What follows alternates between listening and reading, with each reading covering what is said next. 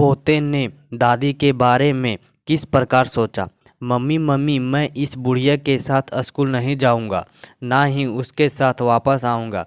मेरे 10 वर्ष के छोटे बेटे ने गुस्से में अपना स्कूल बैग फेंकते हुए कहा तो मैं बुरी तरह से चौंक गई। यह क्या कह रहा है? अपनी दादी को बुढ़िया क्यों कह रहा है? कहाँ से सीख रहा है इतनी बदतमीजी? मैं सोच ही रही थी कि बगल के कमरे में उसके चाचा बाहर निकले और पूछा, क्या हुआ बेटा? उसने फिर वह कहा, चाहे कुछ भी हो जाए, मैं उस बुढ़िया के साथ स्कूल नहीं जाऊंगा। हमेशा डांटती है और मेरे दोस्त मुझे चिढ़ाते हैं। घर के सारे लोग उसकी बात पर चकित थे। घर में बहुत सारे लोग थे, मैं और मेरे पति, 2 देवर और देवरानी, एक ननद, ससुर और नौकर भी। फिर भी मेरे बेटे को स्कूल छोड़ने और लाने की जिम्मेदारी उसने उसकी दादी की थी। पैर में दर्द रहता था पर पोते के प्रेम में कभी शिकायत नहीं करती थी। बहुत प्यार करती थी उसको, क्योंकि घर का पहला पोता था। पर अचानक बेटे के मुंह से उनके लिए ऐसा शब्द सुनकर सबको आश्चर्य हो रहा था।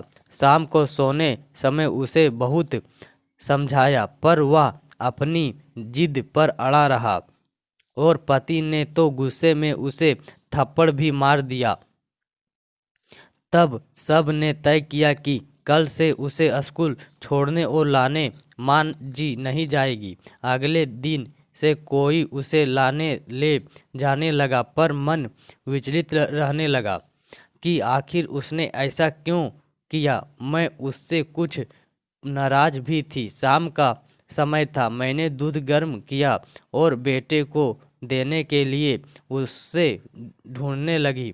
मैं छत पर पहुंची तो बेटे ने मुंह से सारे बारे में बात करते सुनकर मेरे पैर ठिठक गए।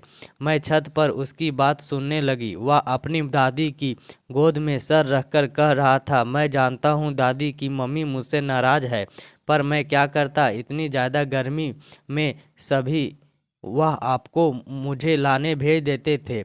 आपको पैरों में दर्द भी तो रहता है। मैंने मम्मी से कहा तो उसने कहा कि दादी अपनी मर्जी से जाती है। दादी, मैंने झूठ बोला, बहुत गलत किया, पर आपको परेशानी से बचाने के लिए मुझे यही सूझा। प्लीज़ आप मम्मी को बोल दो, मुझे माफ़ कर दे। वह कहता जा रहा था और मेरे पैर तथा मन सूना पड़ गए थे। मुझे अपने बेटे के झूठ बोलने के पीछे के बड़प्पन को महसूस करके गर्व हो रहा था। मैंने दौड़कर उसे गले लगा लिया और बोली, नहीं बेटे, तुमने कुछ गलत नहीं किया। हम सभी पढ़े लिखे ना समझो को समझाने का यह तरीका था। घर के बुजुर्ग लोगों का ख्याल उसी तरह रखें जैसे उन्होंने हमारा बचपन रखा था। वीडियो अच्छा लगे तो वीडियो को लाइक एवं चैनल को सब्सक्राइब जरूर करें। धन्यवाद।